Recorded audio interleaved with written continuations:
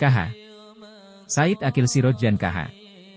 Abdurrahman Wahid, Gus Dur, adalah dua sosok ulama dan tokoh sentral yang pernah menahkodai Nahdlatul Ulama, NU, organisasi Islam terbesar di Indonesia yang beraliran Ahlus Sunnah wal Jamaah. Kedekatan keduanya sudah terjalin lama sejak Kang Said sapaan akrab KH. Said Aqil Siroj masih mengenyam pendidikan di Saudi Arabia. Awal mula pertemuan keduanya adalah saat Kang Said menjabat sebagai Imam Masjid Al-Faqih di daerah Aziziyah. Seorang TKI bernama Abdul Hamid yang berasal dari Kuningan memperkenalkan Kang Said pada kerabatnya, Haji Sulaiman, yang kala itu sedang melakukan ibadah umroh. Usut punya usut ternyata Haji Sulaiman ini merupakan sahabat Gus Dur. Saat sudah kembali ke Indonesia, ia menceritakan pertemuannya yang membekas dengan Kang Said kepada Gus Dur. Mendengar cerita Haji Sulaiman membuat Gus Dur merasa penasaran dengan sosok Kang Said. Gayung bersambut, saat melakukan umroh, Gus Dur berkesempatan untuk berkunjung ke kediaman Kang Said. Alih-alih tinggal di hotel, Gus Dur memilih menginap di kediaman Kang Said. Pembicaraan antara keduanya pun mengalir begitu intens. Berbagai topik pembicaraan mulai dari yang berat sampai yang ringan keduanya bahas. Tak lupa jokes-jokes segar yang selalu terselip menambah suasana intim antara keduanya. Tak jarang tawa keduanya menggelegar dan kemudian senyap kembali karena materi pembicaraan yang telah masuk dalam kategori serius. Bagi Kang Said memiliki teman diskusi seperti Gus Dur adalah nikmat yang luar biasa, lantaran sosok Gus Dur yang memiliki pemahaman yang mendalam dalam bidang keagamaan, pemikirannya yang jauh melampaui zaman, cakrawala pengetahuan yang luas. Ditambah sense of humor yang tinggi menjadikan diskusi dengan Gus Dur adalah saat yang amat membahagiakan bagi Kang Said. Di sore hari setelah Gus Dur istirahat, cuaca mulai meredup ditinggal terik panas matahari. Semilir angin mulai menghembus meskipun masih membawa hawa panas tapi tidak sepanas beberapa jam sebelumnya.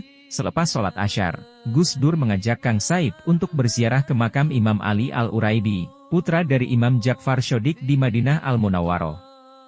Selepas berziarah di makam Imam Ali Al-Uraidi lalu Gus Dur berdoa dan bermunajat di Raudah. Lama Gus Dur bersimpu untuk berdoa, Kang Said tidak tahu menahu apa yang Gus Dur pintakan kepada Allah di tempat yang mulia itu, yang terlihat hanya Gus Dur yang sangat khusyuk, mengangkat kedua tangannya melafalkan doa-doa yang melangit dan tanpa sadar Kang Said dalam hatinya juga mengaminkan setiap doa yang dipanjatkan Gus Dur tanpa tahu isi dari doa itu.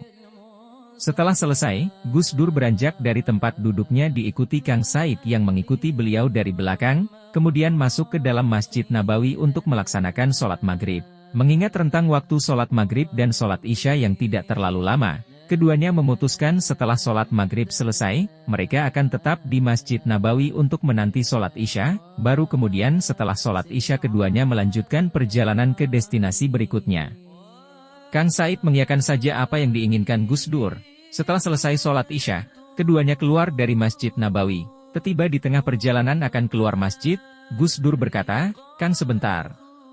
Ayok antar saya keliling masjid dulu, saya ingin mencari wali Allah. Saya ingin didoakan," tutur Gus Dur dengan ekspresi serius. Melihat ekspresi Gus Dur, Kang Said sesaat terdiam mengerutkan kening berusaha mencerna ucapan Gus Dur tadi, namun sayang, seberapapun usaha Kang Said, tak ada satupun jawaban yang beliau temukan. Kang Said lagi-lagi hanya bisa mengiyakan saja ajakan Gus Dur, "Nggih Gus, mangga." Jawab Kang Said singkat.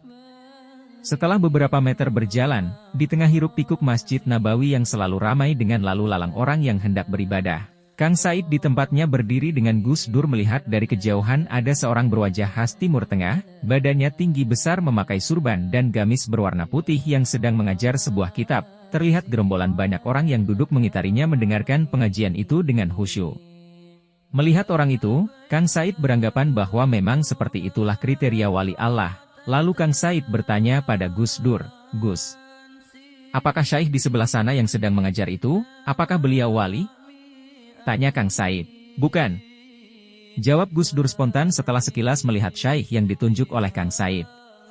Kemudian keduanya melanjutkan langkah kaki mereka di atas ubin yang dingin itu, melewati tiang-tiang penyanggah masjid yang besar-besar. Di sebuah sudut masjid, kembali Kang Said menjumpai seorang laki-laki yang memakai surban putih bersih dengan jidat hitam. Orang yang menjumpainya pasti menyangka bahwa orang itu adalah ahli ibadah, sehingga bagian jidatnya menjadi hitam, pikir Kang Said. Akhirnya Kang Said kembali bertanya, "Apakah yang itu Gus?" Tanya Kang Said tanpa menunjuk dengan tangannya. Hanya memberikan isyarat dengan kepalanya, menunjuk ke arah seorang laki-laki di sudut masjid. Yang itu juga bukan, kata Gus Dur. Kang Said terheran-heran mendengar jawaban Gus Dur. Dalam batinnya bertanya-tanya seperti apakah sebenarnya sosok seorang wali yang dicari Gus Dur. Namun pertanyaan itu hanya ditelannya saja tanpa berani menanyakannya kepada Gus Dur. Setelah berjalan beberapa langkah dari tempat tadi, Gus Dur tiba-tiba menghentikan langkahnya di dekat seorang laki-laki yang mengenakan surban kecil yang sedang duduk di atas sajadahnya. Kesan pertama Kang Said melihatnya biasa saja seolah tidak ada tanda-tanda tertentu pada laki-laki itu. Ini dia wali Allah, kata Gus Dur dengan sumringah menatap Kang Said. Kang Said mendekat ke tempat duduk laki-laki itu, dengan sopan Kang Said berkata dalam bahasa Arab untuk memperkenalkan Gus Dur kepada laki-laki itu dan menyampaikan tujuan mereka mendatanginya. Ya Syaikh, ini, saya perkenalkan di samping saya ini namanya Ustadz Abdurrahman Wahid. Beliau adalah ketua organisasi Islam terbesar di Indonesia. Tujuannya ke sini adalah ingin meminta doa dari wali Allah. Semoga Anda berkenan mendoakannya Syaikh, tutur Kang Said dengan penuh harap. Syaikh itu memandang keduanya dengan pandangan yang sulit Kang Said artikan, tapi tak pelik Syaikh itu tetap menengadahkan kedua tangannya dan mendoakan Gus Dur sebagaimana yang dikatakan Kang Said kepadanya. Setelah mendoakan Gus Dur, Syaikh itu beranjak dari duduknya, kemudian tanpa kata-kata langsung meninggalkan Gus Dur dan Kang Said yang sesaat tadi mengaminkan doa beliau, sambil berjalan menyeret sajadahnya Syaikh itu menggumam, dosa apa saya ini, sampai makom saya diketahui oleh orang lain.